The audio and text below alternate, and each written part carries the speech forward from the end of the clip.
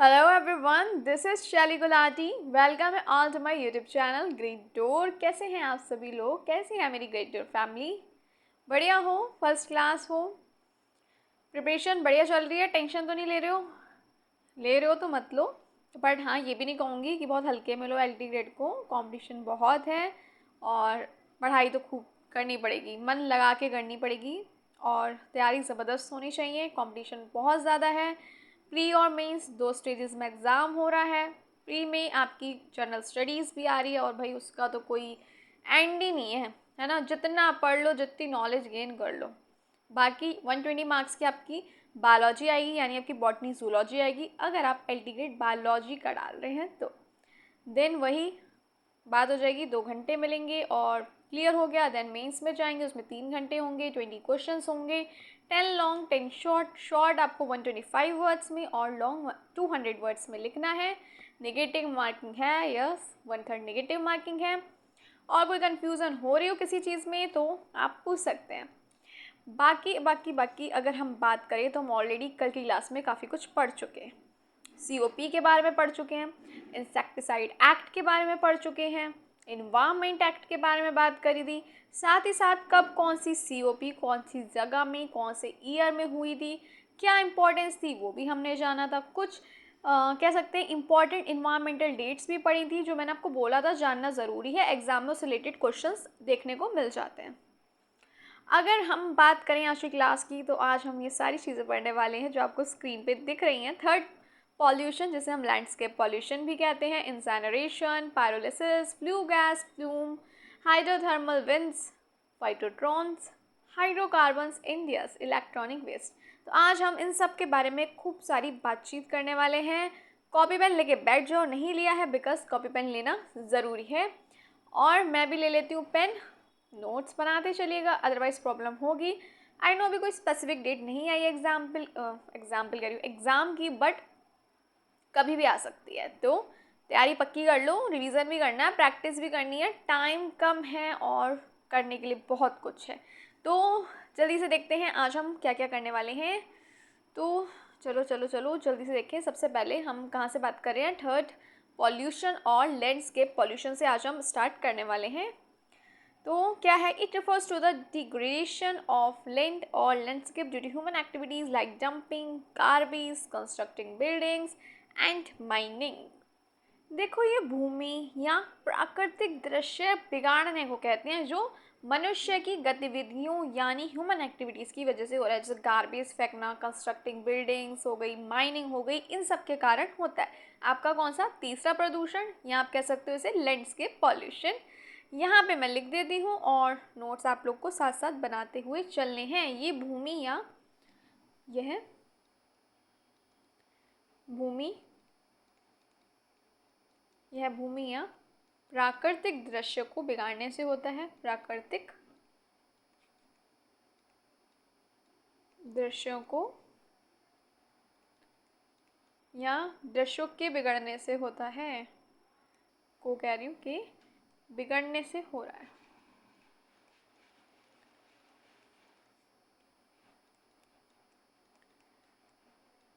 जो किस वजह से हो रहा है? जो ह्यूमन एक्टिविटीज़ यानी जो मानव गतिविधियों की वजह से होता है ना। मानव गतिविधियों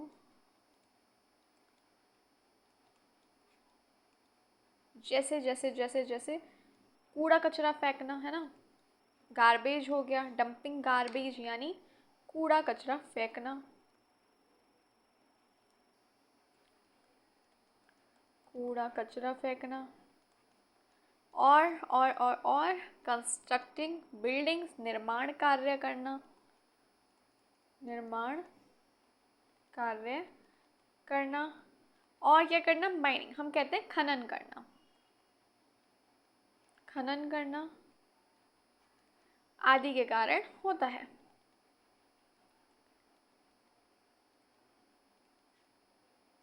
क्लियर हुआ या नहीं हुआ? जो ये थर्ड पॉल्यूशन है जिसको हम लैंडस्केप पॉल्यूशन होते हैं, ये भूमि या प्राकृतिक दृश्य जो है उनके बिगड़ने से होता है। जैसे किस वजह से होता है? ये मानव गतिविधियों की वजह से यानी ह्यूमन एक्टिविटीज़ की वजह से।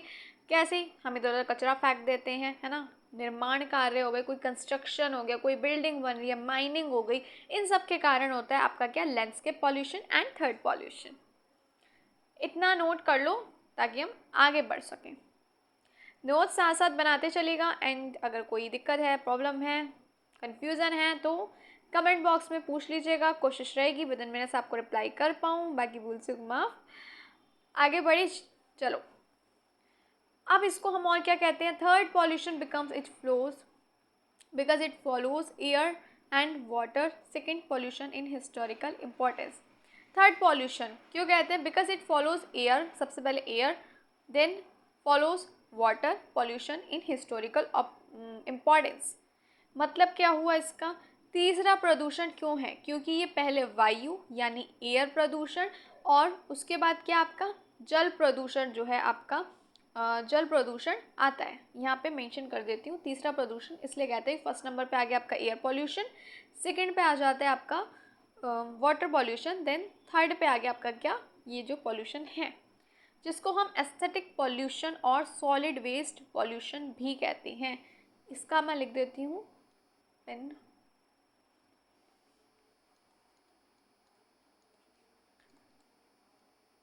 तीसरा प्रदूषण क्यों कहते हैं? क्योंकि पहले वायु और फिर क्या आता है? जल प्रदूषण आता है।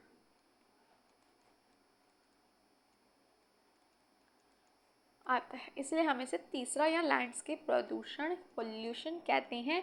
एस्थेटिक प्रदूषण या फिर सॉलिड वेस्ट पॉल्यूशन हम इसको कहते हैं, यानी ठोस अपशिष्ट प्रदूषण कहते हैं। क्लियर है? ये सारे नेम्स इसलिए बताए हैं, अगर एग्जाम में आ गया आपका सॉलिड वेस्ट पॉल्यूशन तो आप कहोगे मैम ने तो लैंडस्केप बताया था, एस्थेटिक पॉल्यूशन बताया, सॉलिड वेस्ट पॉल्यूशन जैसा तो बताया ही नहीं था। अब हम क्या करें? गया एक नंबर, तो वो काम करने नहीं है, डिटेल डिस्कशन होगा। शॉर्टकट वाले काम ग्रेड डोर पे होते नहीं है। चलिए जी, क्लियर है जी इतनी बात? आगे बढ़ा जाए, चलो। अब आ जाते हैं इसके सोर्सेज क्या है। सोर्सेज को हम हिंदी में क्या बोलते हैं? स्तोत्र बोलते हैं, ये हमें पता है। म्युनिसिपल वेस्ट डंपिंग, जो नगर पालिका से आ रहा है ना, कूड़ा कूड़ा डंप करा जा रहा है जो नगर पालिका के द्वारा, वो होगा इसके स्तोत्र यानी सोर्स। लिख दूँ साथ साथ? चलो लिख देती हूँ। नगर पालिका द्वारा कूड़ा डंप करना। और क्या है सोर्सेज के? प्लास्टिक और नॉन बायोडिग्रेडेबल मटेरियल हैं, वो भी इसी के सोर्स हैं, यानी स्तोत्र है, इनकी वजह से हो रहा है भाई पॉल्यूशन। माइनिंग एंड क्वारिंग, खनन और खुदाई, है ना, इसे क्या कहेंगे हम? खनन और खुदाई, इसकी वजह से भी हो रहा है भाई pollution. Solid waste pollution, landscape pollution, aesthetic pollution, third pollution, कुछ भी कह लो, है ना, खुदाई।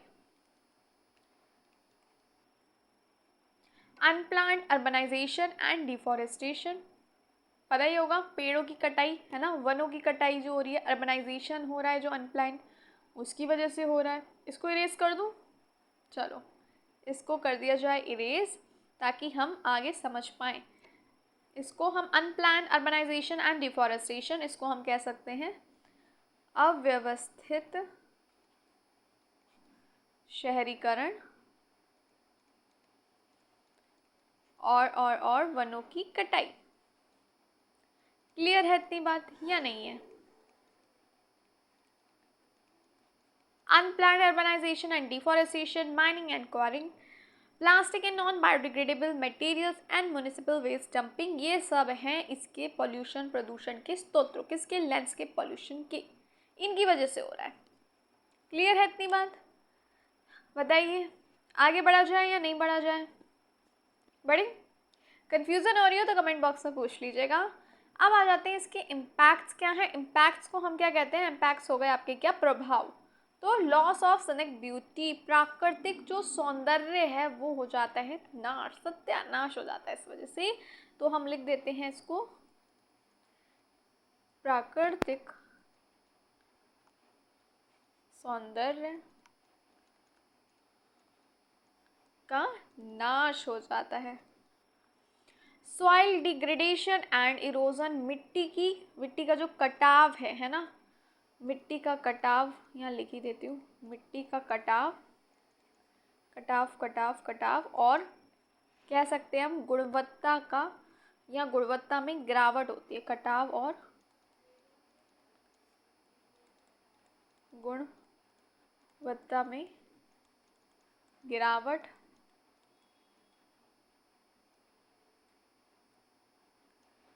नोट कर लीजिए इसको।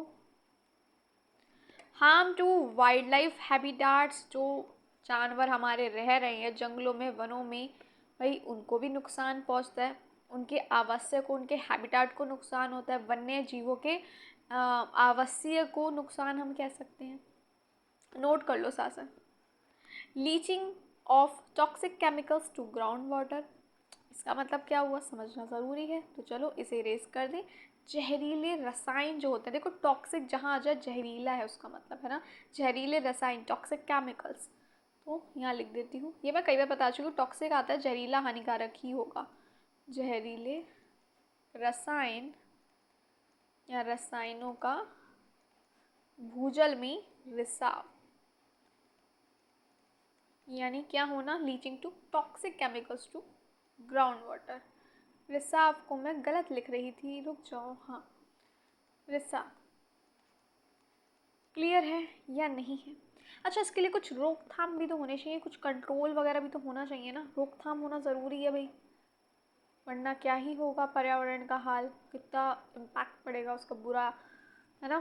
तो चलो देख लेते हैं प्रिवेंशन क्या होंगे इसके, रोकथाम क्या होंगे। प्रॉपर सॉलिड वेस्ट मैनेजमेंट होना चाहिए, रिफॉरेस्टेशन एंड लैंडस्केप रिस्टोरेशन होना चाहिए, रिसाइकलिंग होनी चाहिए, एंड सस्टेनेबल अर्बन प्लानिंग होनी चाहिए, है ना, अनप्लान्ड नहीं होना चाहिए, सस्टेनेबल अर्बन प्लानिंग होनी चाहिए, यानी उचित ठोस अपशिष्ट का प्रतिबंध होना चाहिए, प्रॉपर सॉलिड वेस्ट मैनेजमेंट होना चाहिए। यहाँ मेंशन कर रही हूँ हिंदी वालों, देख लो दोनों का ध्यान रखा जा रहा है, उचित ठोस। अब आप भी मेरा ध्यान रखते हुए चैनल को सब्सक्राइब नहीं किया तो कर दो, और अगर क्लासेस अच्छी लग रही हो तो लाइक भी कर दीजिएगा, और सब्सक्राइब नहीं भूलिएगा, शेयर कर दीजिए ज़्यादा से ज़्यादा, ताकि ज़्यादा से ज़्यादा स्टूडेंट्स बेनिफिट ले सकें। उचित ठोस अपशिष्ट प्रबंधन, then reforestation and landscape restoration आ जाएगा। ये रिफॉरेस्टेशन पुनर्वनीकरण हम कह सकते हैं, पुनर्वनीकरण, रिफॉरेस्टेशन, और क्या था, लैंडस्केप की मरम्मत, लैंडस्केप रिस्टोरेशन होना चाहिए, लैंडस्केप की मरम्मत। क्लियर है? Then recycling and sustainable urban planning, recycling मतलब होता है पुनर्चक्रण,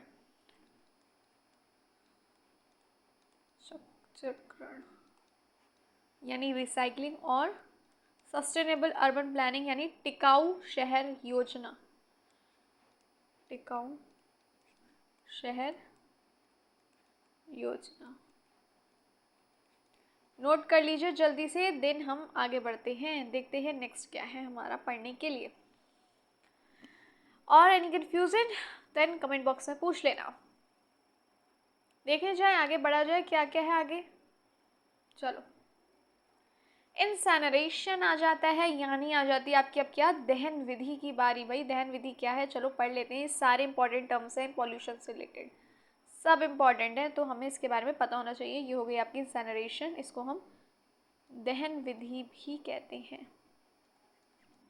अब वेस्ट ट्रीटमेंट प्रोसेस, एक वेस्ट ट्रीटमेंट प्रोसेस है ये, अपशिष्ट निपटान की विधि है ये, जिसमें क्या इन्वॉल्व होगा, burning of organic material at high temperature, यानी ऑर्गेनिक मैटर को हाई टेम्परेचर पे जलाया जाएगा, किस लिए, ताकि उसका वॉल्यूम जो है वो रिड्यूस हो सके, कम हो सके, एंड डिस्ट्रॉय हार्मफुल सब्सटेंसेस, और जो हानिकारक पदार्थ है वो नष्ट हो सके, डिस्ट्रॉय हो सके, है ना, हानिकारक जो तत्व है वो नष्ट हो जाए।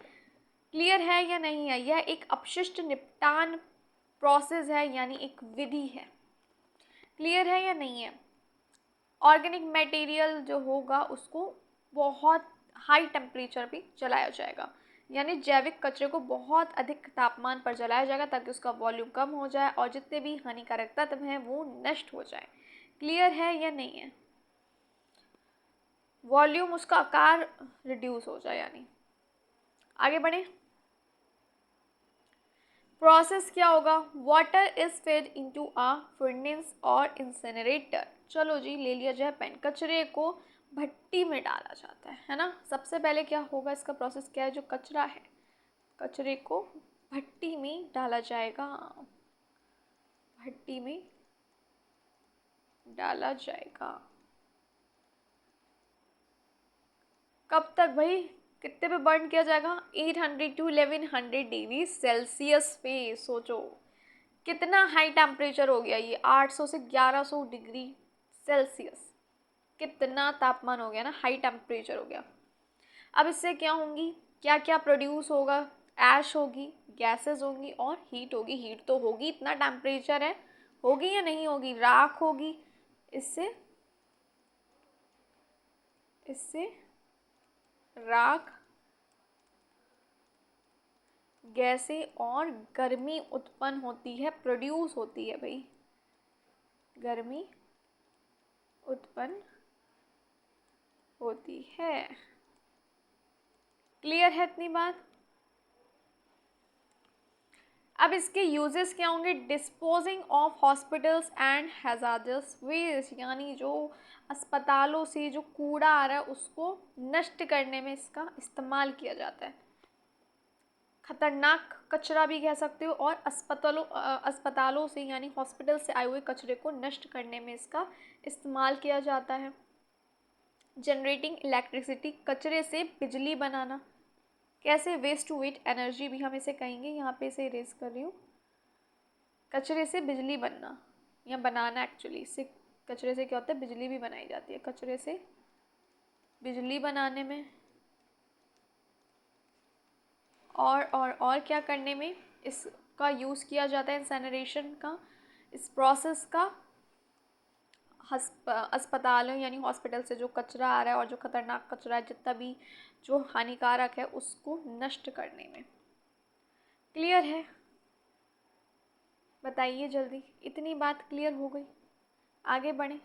चलो जी, अब इसके एडवांटेजेस क्या हैं और डिसएडवांटेज क्या हैं, चलो देख लिया जाए। फ़ायदे और नुकसान चलो देख लेते हैं। फ़ायदे भी सब, हर कोई आजकल आज के टाइम में फ़ायदा तो देखता ही है।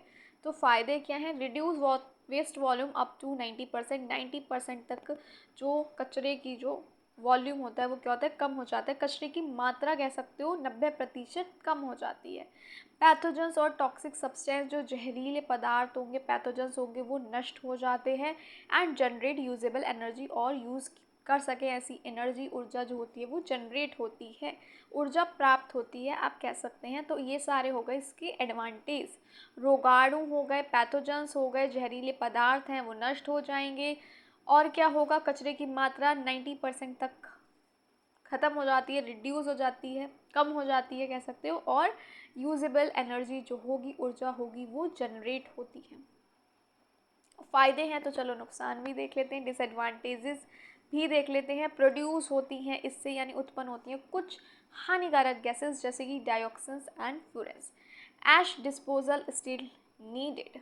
चलो ये इसका मतलब क्या हुआ? राख का निपटान जो है अलग से करना पड़ेगा, है ना। जो राख होती है ना, राख का जो डिस्पोजल होगा, यानी ऐश का डिस्पोजल यानी राख का निपटान अलग से करना पड़ता है।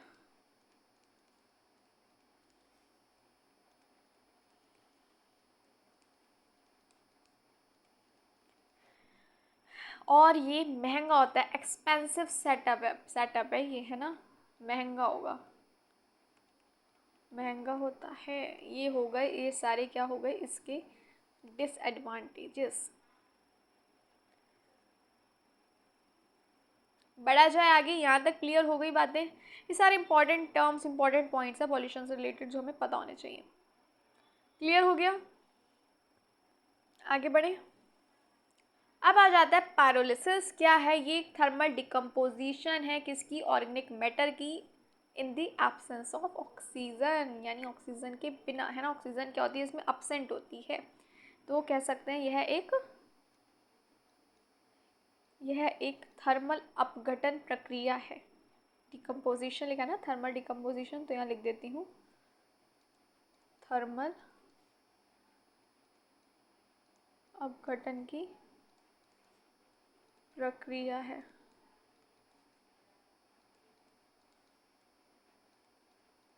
जिसमें ऑक्सीजन की अनुपस्थिति होती है, यानी एब्सेंस होता है ऑक्सीजन, है ना, प्रेजेंट नहीं होता। अनुपस्थिति में जैविक सामग्री जो है उसको गर्म किया जाता है, यानी ऑर्गेनिक मैटर को जैविक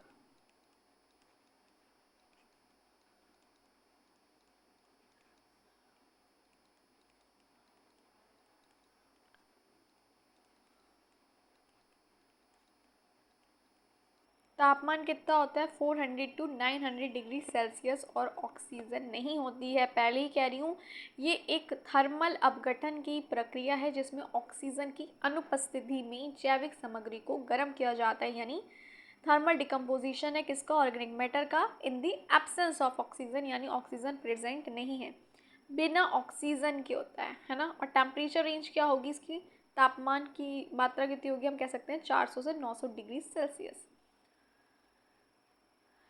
ऑक्सीजन नहीं होगी, इस वजह से क्या होगा, प्रिवेंट्स कंबशन। इसका मतलब क्या हुआ, जलने की वजह ये टूटता है। ऑक्सीजन नहीं होती ना, हम कह सकते हैं ऑक्सीजन नहीं होती ना, तो ये बिना ऑक्सीजन के, बिना ऑक्सीजन के, तो इससे क्या होगा, इसलिए जलने की वजह ये टूटता है।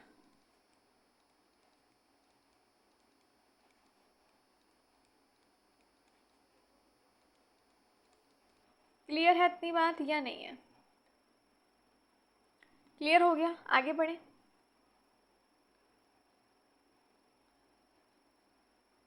प्रोडक्ट्स क्या होंगे, तो बायोचार होगा, यानी सॉलिड कार्बन रिच रेसिड्यू होगा, ठोस कार्बन युक्त अवशेष होगा, यहाँ पे लिख देती हूँ बायोचार क्या होगा, ठोस होगा, सॉलिड, और कार्बन रिच रेसिड्यू हम कह सकते हैं कार्बन युक्त अवशेष। प्रोडक्ट की बात हो रही है, फिर से कह रही हूँ ध्यान देना। देन उत्पाद होगा, प्रोडक्ट को हम उत्पाद कहेंगे। देन बायो ऑयल हो गया, और सिनगैस हो गई। इसमें क्या होगा, मिक्सचर होगा गैस का, H2 का, CH4 का और CO का। क्लियर है या नहीं है, यहाँ पे लिख देती हूँ। सिनगैस है ये आपकी, सिनगैस हो गई जो, इसमें गैस मिक्सचर होगा, है ना, ये आपको दिख रहा है किस किस का, हाइड्रोजन, हाइड्रोजन हो गया, और क्या हो गया आपका, मीथेन हो गया, है ना, CO हो गया, इन सब का क्या है, मिक्सचर है। क्लियर है या नहीं है, यहाँ तक बात समझ आ गई। अब इसकी एप्लीकेशन क्या होंगी, यानी इसके उपयोग क्या होंगे, तो वेस्ट टू फ्यूल कन्वर्जन, यानी कचरे से ईंधन में बदलना। वेस्ट टू फ्यूल कन्वर्जन होगा, यानी कचरे से किस में बदलेगा, ईंधन में। और क्या है नेक्स्ट देखते हैं, प्लास्टिक एंड टायर रिसाइकलिंग, यानी प्लास्टिक और टायर की क्या होगी, रिसाइकिल किया जाएगा उसको। एनर्जी जो होगी वो रिकवरी की जाएगी उसका। ऊर्जा प्राप्त करना, यहाँ पे इरेज कर रही हूँ। सबसे पहले क्या था आपका, कचरे को ईंधन में बदलना।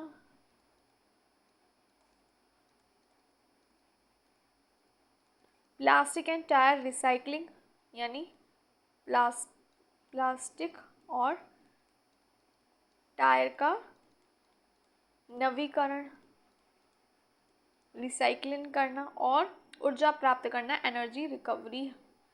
एनर्जी को हम ऊर्जा बोलते हैं, और हम ये बात जानते हैं, ऊर्जा प्राप्त करना। नोट कर लीजिए जल्दी से। देन हम आगे देखते हैं, डिफरेंस देख लेते हैं फ्रॉम सैनरेशन, यानी इंसैनरेशन से अंतर क्या है, जल्दी से कर लो। सिंपल है, देखो इंसैनरेशन में क्या था, ऑक्सीजन थी, है ना, बर्न हो रहा था, ऑक्सीजन में जल रहा था, ऑक्सीजन में जलता है। और पायरोलिसिस में एब्सेंस होती है, in the absence of oxygen होता है, जो ब्रेक डाउन होता है, जो टूटता है, किसके बिना होता है, बिना ऑक्सीजन के, विदाउट ऑक्सीजन होता है। सिंपल है, क्लियर है इतनी बात, आगे बढ़ा जाए, बढ़े, चलो। कन्फ्यूज़न हो तो कमेंट बॉक्स में पूछ लेना। देन आ जाती है आपकी फ्लू गैस, है ना। फ्लू गैस क्या है? Gas released from industrial chimneys और power plants after combustion of fuel like coal, oil and gas. अब भाई आपकी फ्लू गैस क्या होती है? जो चिमनियाँ हो गई, इंडस्ट्रियल चिमनियाँ हो गई, पावर प्लांट से आ रही है, ईंधन जलने के बाद जो बाहर निकलती है ना, वो होती हैं आपकी फ्लू गैस। चलो देख लेते हैं, और यहाँ पे लिख देती हूँ मैं एक बार हिंदी में भी। यह गैसें, ये गैसें होती हैं जो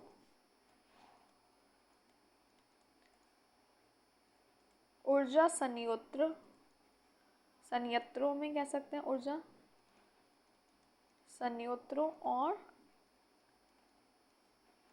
कारखानों की चिमनियाँ,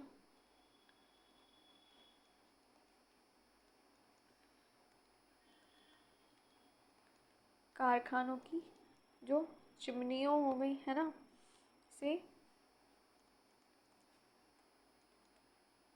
ईंधन जलने के बाद बाहर निकलती हैं।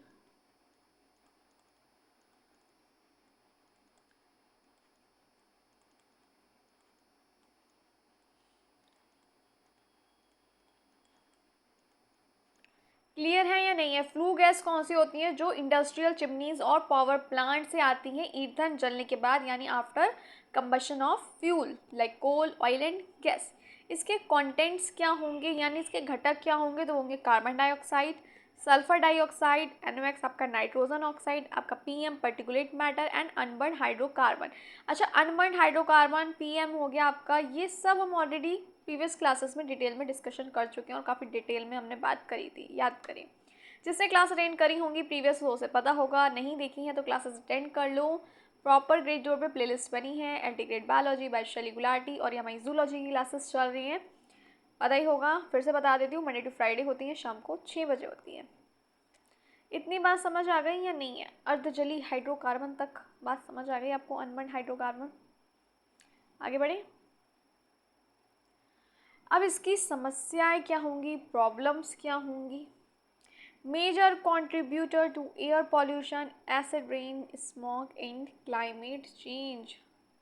ये क्या है? मुख्य कारणों में से एक है। किसके? Air pollution, acid rain, smoke, climate change के मुख्य कारणों में से ये एक है, एक समस्या है, यानी यह है। हिंदी में से लिखवाती हूँ कि हिंदी इंग्लिश दोनों में लर्नर्स होंगे, तो किसी का भी नुकसान नहीं होना चाहिए। यह प्रदूषण, वायु प्रदूषण, एयर पॉल्यूशन, एसिड रेन आपकी अम्ल वर्षा, स्मॉग यानी धुंध, और क्लाइमेट चेंज यानी जलवायु परिवर्तन के, यहाँ लिख देती हूँ, जलवायु परिवर्तन के मुख्य कारणों में से है, मुख्य कारणों में से है।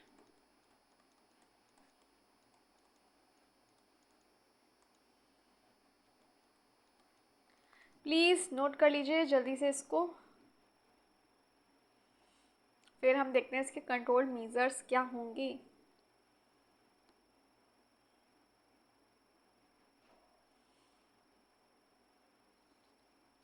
कंट्रोल मेजर्स इसके क्या होंगे? इलेक्ट्रोस्टैटिक प्रेसिपिटेटर्स होंगे, फ्लू गैस डिसल्फराइजेशन यानी FGD, और स्क्रबर्स का प्रयोग, है ना, स्क्रबर का उपयोग, सॉरी, ये सब होंगे इसके क्या? कंट्रोल मेजर्स यानी नियंत्रित उपाय, नियंत्रण उपाय इसके होंगे आपकी ये वाली electrostatic precipitator, then flue gas desulphurisation, then sulphur का उपयोग, सल्फर कह रही हूँ, स्क्रबर का उपयोग, ये सब हो जाएंगे नियंत्रण मेजर्स यानी उपाय। आगे बढ़ा जाए, चलो आगे क्या है हमारा? आगे हमारा plume. A plume is a visible or invisible column of smoke, vapor, gas or particles that rise or spread from a source often into the atmosphere or water. देखो जो ये प्लूम है ना, ये एक ऐसी धुआं, ऐसी गैस, ऐसे वेपर या ऐसे कण हैं जो स्रोतों से निकल के सीधा पानी या हवा में ऊपर या किनारों की तरफ फैलती है, वो है क्या? प्लूम। क्लियर है या नहीं है? प्लूम एक ऐसा धुआं, गैस, वाष्प, वेपर या कण है जो सीधा सोर्स से यानी स्रोत से निकलकर हवा में या पानी में ऊपर या किनारे की तरफ फैलती है, वो है क्या आपकी प्लूम। चलो और देखते हैं। When something like smoke or gas come out from a chimney, volcano or hot water pipes and move upward or sideways, that stream is called plume। जैसे सिंपल लैंग्वेज में क्या है प्लूम, जब हम देखते हैं कोई धुआं है या कोई गैस है जो चिमनी से निकल रही है, वॉल्केनो से, या जो धुआं निकल रहा है, गैस हो गई या गर्म पानी जो हो गया पाइप से, तो कैसे अपवर्ड की साइड या साइडवे की तरफ जो धारा जाती है वो स्ट्रीम जो है वही है क्या प्लूम, है ना। जब यहाँ पे लिख देती हूँ मैं, अगली पेज पे लिख देती हूँ, एक्चुअली थोड़ा क्लियरली हो जाएगा, है ना। सिंपली देखें अगर हम, जब किसी चिमनी, और क्या बात हुई है, ज्वालामुखी या गर्म पानी, गर्म पानी की पाइप कह सकते हो, गर्म पानी की पाइप से धुआं या गैस निकलकर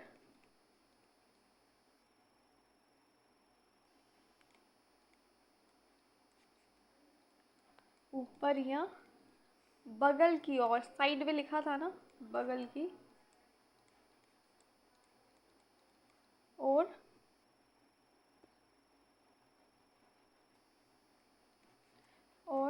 जाती है, तो उस धारा को, उस स्ट्रीम को हम प्लूम कहते हैं। उस या धारे को क्या कहते हैं, प्लूम कहते हैं।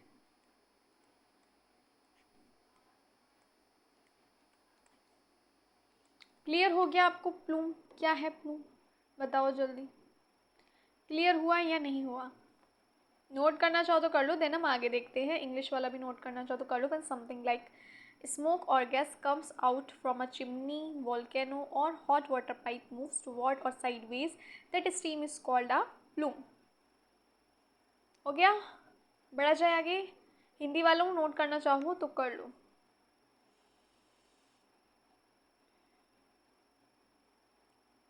चलो जी, अब अलग अलग टाइप के प्लूम देख लेते हैं, है ना।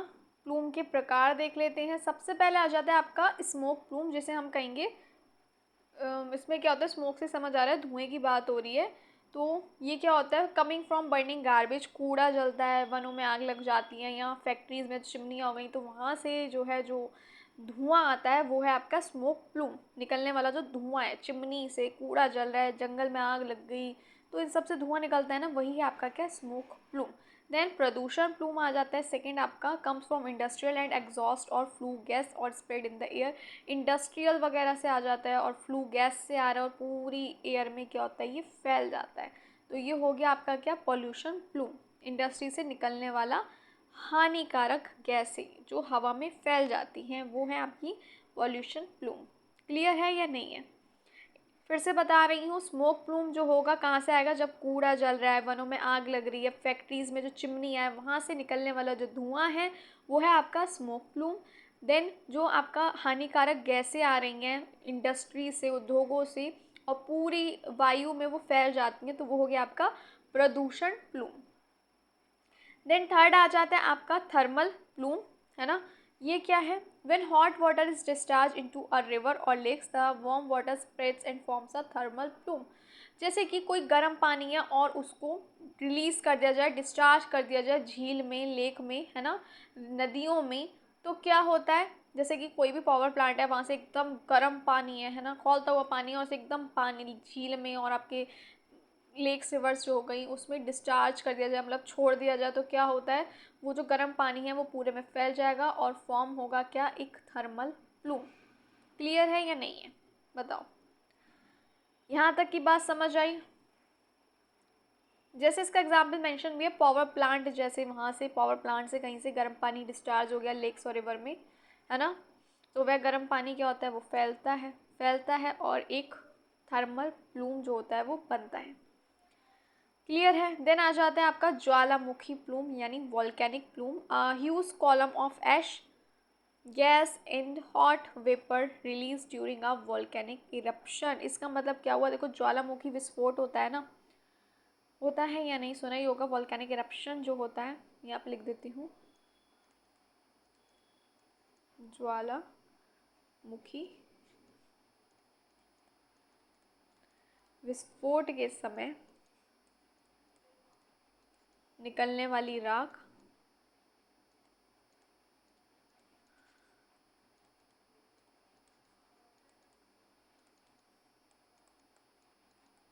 गैस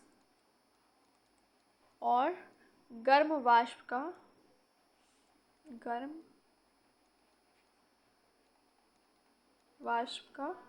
बड़ा स्तंभ, वो क्या है आपका वॉल्केनिक प्लूम यानी huge column of ash gas हो गई, हॉट वेपर रिलीज होती है किस समय, जब ज्वालामुखी विस्फोट होता है, तो वो हो गया आपका वॉल्केनिक प्लूम। क्लियर है इतनी बात, आगे बढ़ा जाए। यहाँ तक सब क्लियर हो गया? Any confusion, doubt, any question है तो जल्दी से कमेंट बॉक्स में पूछ लीजिए, कोशिश रहेगी जल्दी से आपको रिप्लाई कर पाऊँ। अब आ जाता है स्ट्रक्चर ऑफ प्लूम यानी प्लूम की संरचना क्या है ना, प्लूम की आपका जो ये प्लूम है उसकी संरचना क्या है। तो चलो जल्दी से देख लेते हैं प्लूम की स्ट्रक्चर संरचना। सबसे पहले आ जाएगा point source, the place where the plume start. ये वो प्लेस है, वो जगह है जहाँ से प्लूम स्टार्ट होता है, शुरू होता है। फॉर एग्जाम्पल चिमनी हो गई, वॉल्केनो हो गया, पाइप हो गया। क्लियर है या नहीं? जहाँ से प्लूम निकलना शुरू होता है वो हो गया आपका क्या, पॉइंट सोर्स, याद रखिएगा। चिमनी, पाइप, ज्वालामुखी, ये सब इसके एग्जाम्पल हो गए। देन आ जाता है आपका क्या, rising column, hot gases rise upward due to heat. गर्म जो गैसेस होती हैं वो ऊपर की तरफ जाती हैं हीट की वजह से, गैसिंग ऊपर की ओर जाती हैं, इसे कर रही हूँ मैं रेस। गैसें जो होती हैं या गर्म गैसेस आप कह सकते हैं, हॉट गैसेस है ना, तो गर्म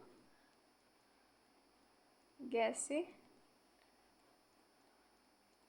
ऊपर की ओर उठती हैं,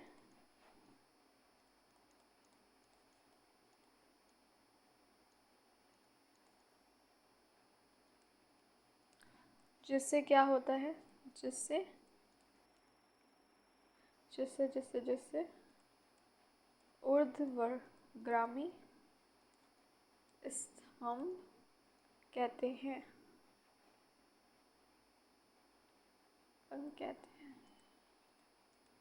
कन्वेंशन कहते हैं, सिंपल समझ लो। जब गर्म गैसेस जो होती हैं ऊपर की ओर उड़ती हैं, ऊपर की ओर जाती हैं, है ना, हीट की वजह से, तो क्या हो गया आपका, कन्वेंशन हो गया। हम ये बात अच्छे से जानते हैं। Then third one is dispersion zone. As पहले तो इसे रेस कर रही हूँ, है ना, as it goes higher it spread out with the wind in the atmosphere. जैसे वो ऊपर जाती है, हाइयर पे जाती है, तो क्या होता है, पूरी हवा की उससे क्या होती है, फैल जाती है एटमोसफियर में, हमारे वातावरण में क्या होती है, ये फैल जाती है। तो ये हो गया डिस्पर्जन जोन। जैसे जैसे प्लूम ऊपर जाता है वह हवा के साथ फैलता है।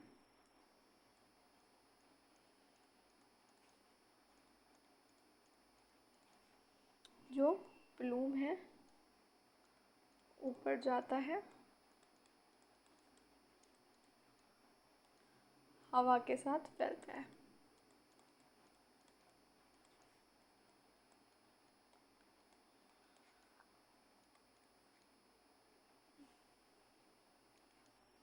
क्लियर हो गया डिस्पर्जन जोन? Any confusion? बढ़ा जाए आगे। Factors affecting a plume, wind direction हो गई, speed determination and speed determination where the plume moves.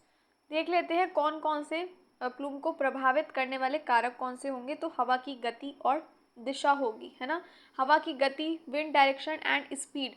जो हवा की गति होगी, जो स्पीड होगी, है ना, स्पीड होगी, जो डायरेक्शन होगी, वो डिटरमाइन करेगी कि जो प्लूम है वो किस ओर जाएगा, कौन सी दिशा में जाएगा।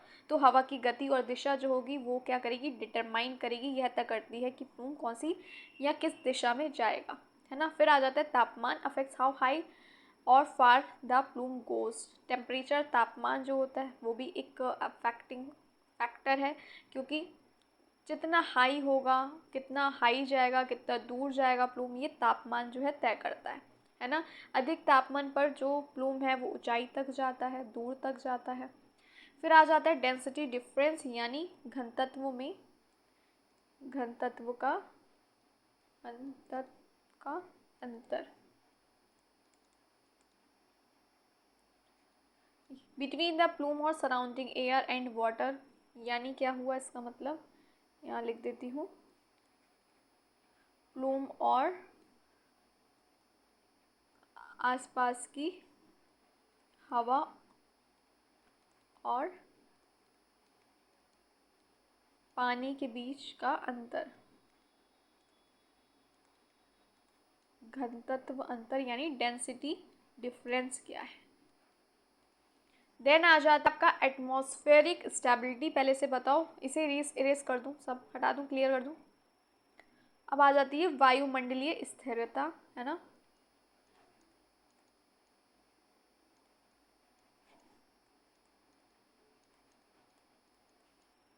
यदि हवा शांत है तो प्लूम क्या होगा, स्थिर होगा, है ना। और क्या होगा, अगर तूफानी है तो क्या होगा, जल्दी फैल जाएगा। तो एटमॉस्फेरिक स्टेबिलिटी भी क्या है, एक अफेक्टिंग फैक्टर है, वेदर द एयर्स काम और टर्बुलेंट सॉरी। यानी हवा शांत है तो क्या होगा, शांत है तो प्लूम स्थिर होगा, और अगर तेज है, तूफानी है, तो जल्दी फैलेगा। आगे बढ़ रही हूँ।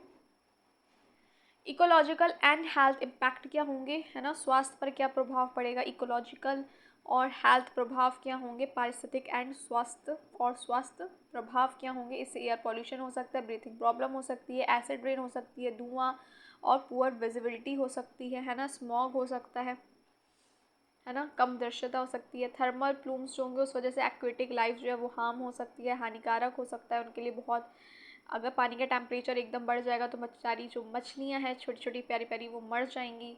वॉल्केनिक प्लूम्स जो है वो क्लाइमेट जो हो गया, जलवायु हो गया, क्रॉप हेल्थ के लिए क्या है, ये प्रभाव करता है, उनका बहुत हानिकारक प्रभाव पड़ता है जलवायु पे भी और क्रॉप हेल्थ पे भी। क्लियर है या नहीं है, प्रभावित कर सकता है, हम ये कह सकते हैं।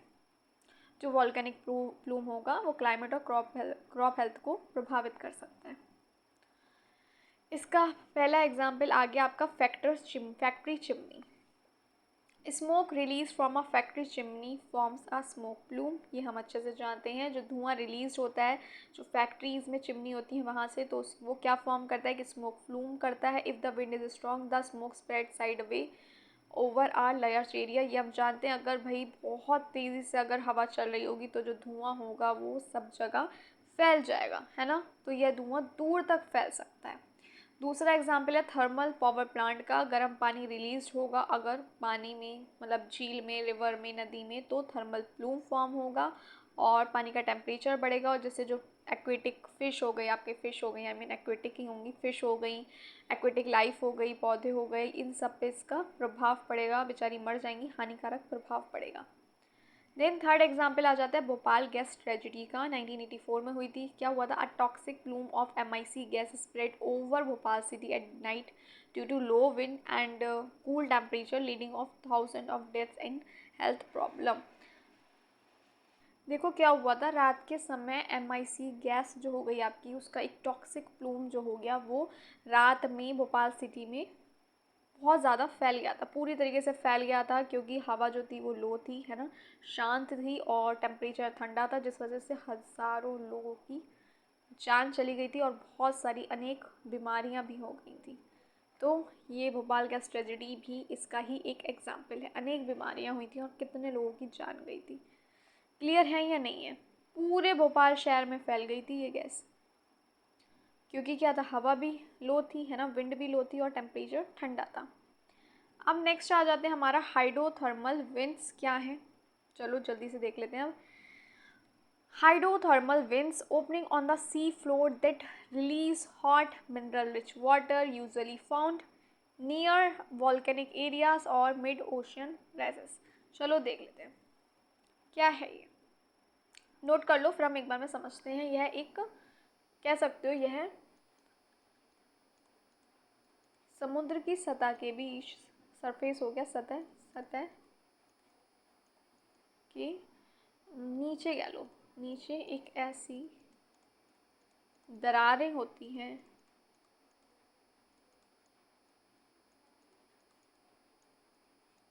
जहाँ से गर्म और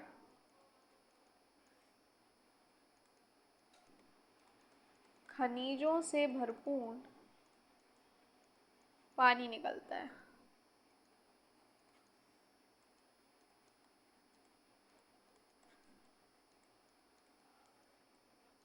ये आमतौर पर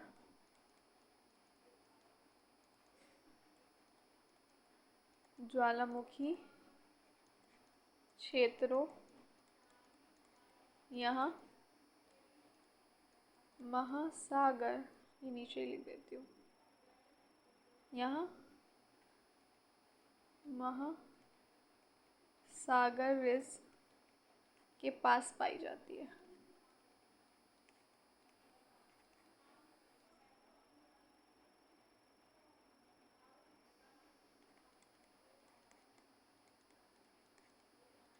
नोट कर लो इसको। क्या है ये? एक समुद्र की सतह के नीचे ऐसी दरारें होती है जो हाइड्रोकार्बन वेंट्स हैं।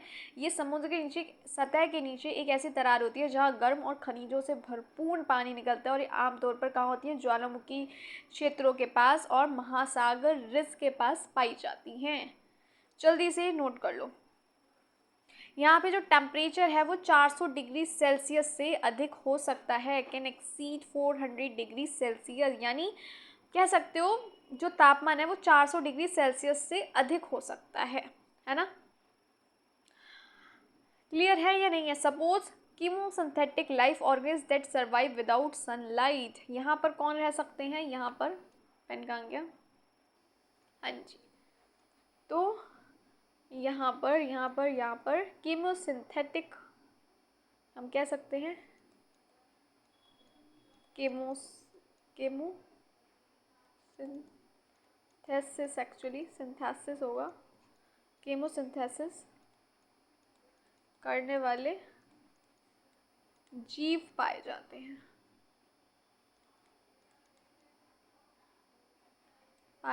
हैं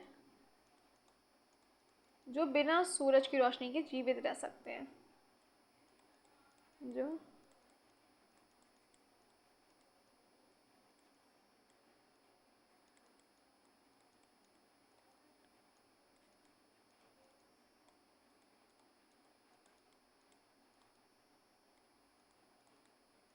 नोट कर लीजिए, यहाँ पे कीमोसिंथेसिस करने वाले जीव पाए जाते हैं जो सूरज की रोशनी के बिना जीवित रह सकते हैं। हाइड्रोथर्मल वेंट से समझ में आ गया या नहीं आया? क्लियर हो गया? बढ़ा जाए आगे, चलो। बायोलॉजिकल इम्पोर्टेंस क्या है इसके? जैव वैज्ञानिक इम्पोर्टेंस यानी महत्व क्या है? जीव वैज्ञानिक महत्व क्या है? Home to unique life forms like in tube worms and bacteria, मतलब यहाँ विशाल ट्यूब वॉर्म्स जो हो गए, है ना, यहाँ जहाँ बड़ी लिखा ना ट्यूब वॉर्म्स, यहाँ विशाल ट्यूब वॉर्म्स, बैक्टीरिया जैसे अनोखे जीव पाए जाते हैं। अनोखे जीव पाए जाते हैं, नोट कर लो। यहाँ अच्छा सूर्य नहीं होता है ऊर्जा का स्रोत, है ना? कोई भी इसमें बात हो रही है अगर बायोलॉजिकल इम्पोर्टेंस की, मैं बता दूं आपको, सनलाइट सोर्स नहीं होगी, बल्कि क्या होंगी? केमिकल रिएक्शन होंगी, एनर्जी यानी ऊर्जा का स्रोत। सूर्य की रोशनी नहीं होती है। Shows alternative life supporting ecosystem on earth, और ये बताता है कि भाई सूरज की रोशनी के बिना भी जीवन संभव है। कि जी समझ आ गया? यह दिखाता है कि जीवन संभव है सूर्य की रोशनी के बिना भी। आगे बढ़ूं? बताओ जल्दी, बढ़ा जाए? अब आ जाते हैं आपके फाइटोट्रोन्स क्या है? A controlled environment facility use to study the effects of environmental factors और प्लानिट ग्रोथ। चलो जल्दी से इसको नेक्स्ट पेज पे देखते हैं पहले, फिर हम इसको कनेक्ट कर पाएंगे। ये क्या है, एक हम कह सकते हैं यह एक कहाँ गया पेन, यह एक नियंत्रित है ना, नियंत्रित नियंत्रित नियंत्रित कहाँ गया, यह एक नियंत्रित वातावरण वाली प्रयोगशाला होती है, प्रयोगशाला होती है जहाँ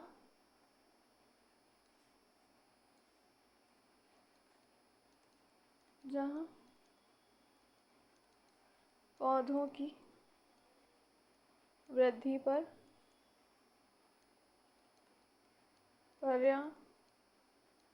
पर्यावरणीय कारकों जैसे जैसे जैसे तापमान,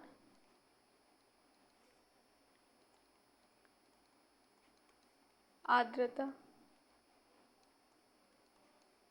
का प्रभाव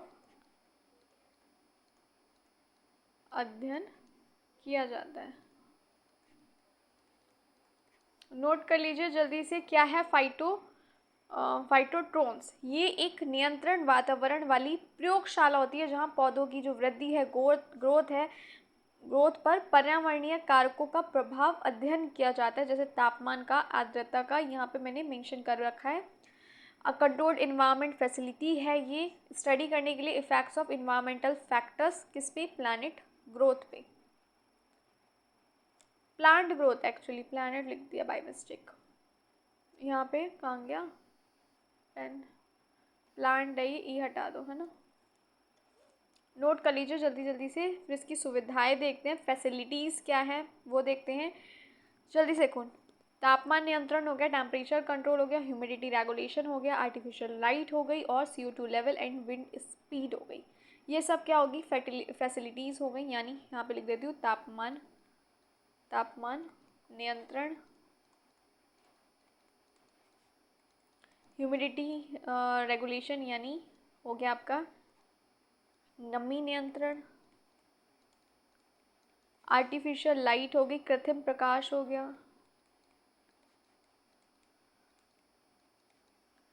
CO2 लेवल्स हो गए, विंड स्पीड हो गई यानी CO2, हवा की हवा की गति आदि नियंत्रित की जाती है। नोट कर लो जल्दी से, देन हम आगे बढ़ते हैं। जल्दी से नोट कर लीजिए क्या है इसकी फैसिलिटीज़, क्या मिल रही हैं, सुविधाएं। बढ़ूँ आगे, कन्फ्यूज़न हो तो पूछ लीजिएगा। पर्पस क्या होंगे इसका, तो पहला आ गया प्लांट ब्रीडिंग। सबसे पहले अगर हम बात करें इसके उपयोग की, कह सकते हो आप प्लांट ब्रीडिंग, पौधों की नस्ल में सुधार। इसका उद्देश्य क्या था, पौधों की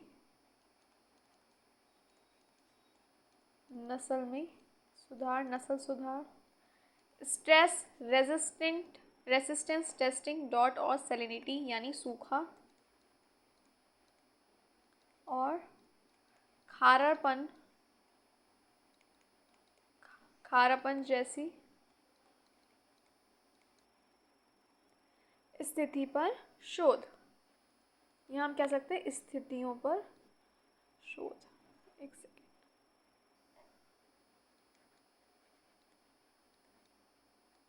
स्थितियों पर शोध, क्लियर है।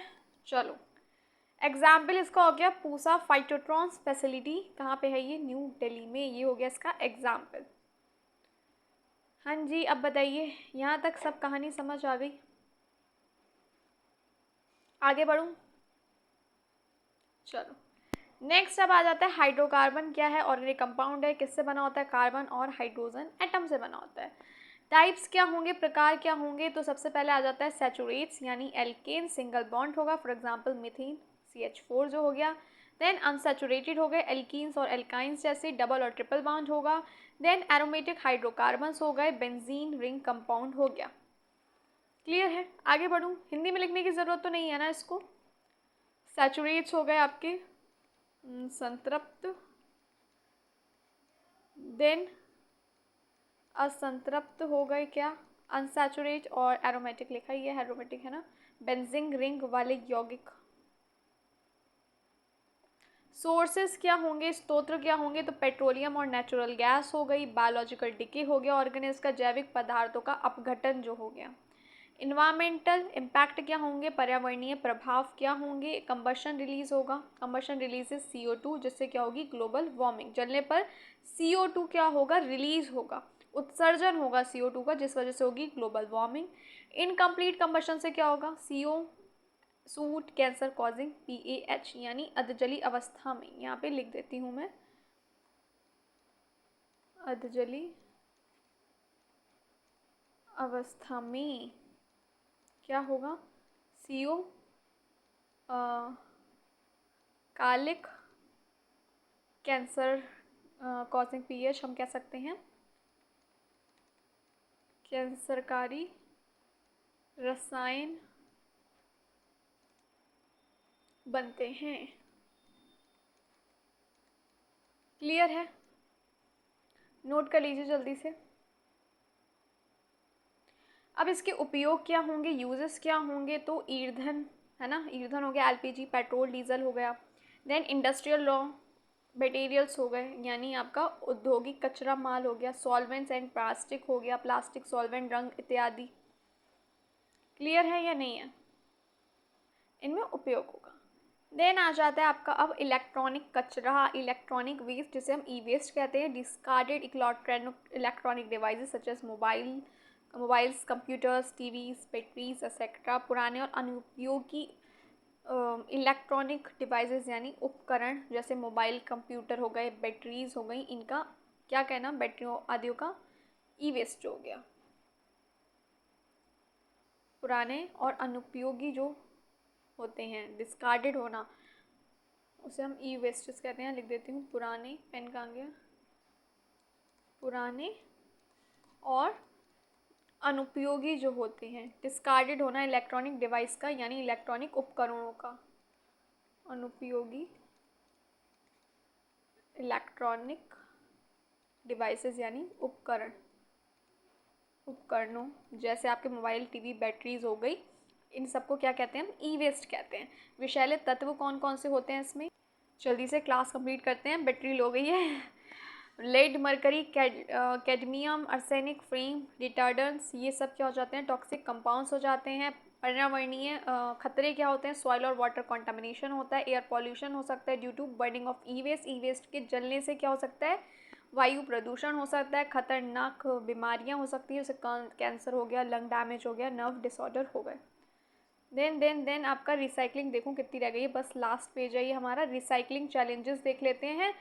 Informal recycling sector, for example burning wires to extract copper हो गई आपकी, जल्दी से यहाँ पे लिख देती हूँ, असंगठित तरीके से निपटान हो गया, जैसे तांबा निकालने के लिए तार जलाना है ना। Poor segregation and lack of awareness हो गया, कचरे की छटाई और जग जागरूकता की कमी हो गई। अब इसके सॉल्यूशन क्या होंगे, एक्सटेंडेड प्रोड्यूसर्स रिस्पॉन्सिबिलिटी यानी ER, विस्तारित उत्पादक जिम्मेदारी, ये होगा इसका समाधान। ऑथराइज्ड ई वेस्ट कलेक्शन सेंटर्स होने चाहिए, लाइसेंस प्राप्त ई वेस्ट सेंटर्स होने चाहिए, है ना। पब्लिक अवेयरनेस कंपेन होनी चाहिए, यानी यहाँ लिखती हूँ जनता में जागरूकता फैलाना, ठीक है, कैंपेन होनी चाहिए। और आगे बढ़ते हैं, अब ख़त्म होती है आज की क्लास और बैटरी भी ख़त्म हो चुकी है, आज की चार्जिंग लो हो चुकी है। मिलती हूँ आपसे कल की क्लास में, वही शाम को 6 बजे। अच्छी लगी class then please like share subscribe.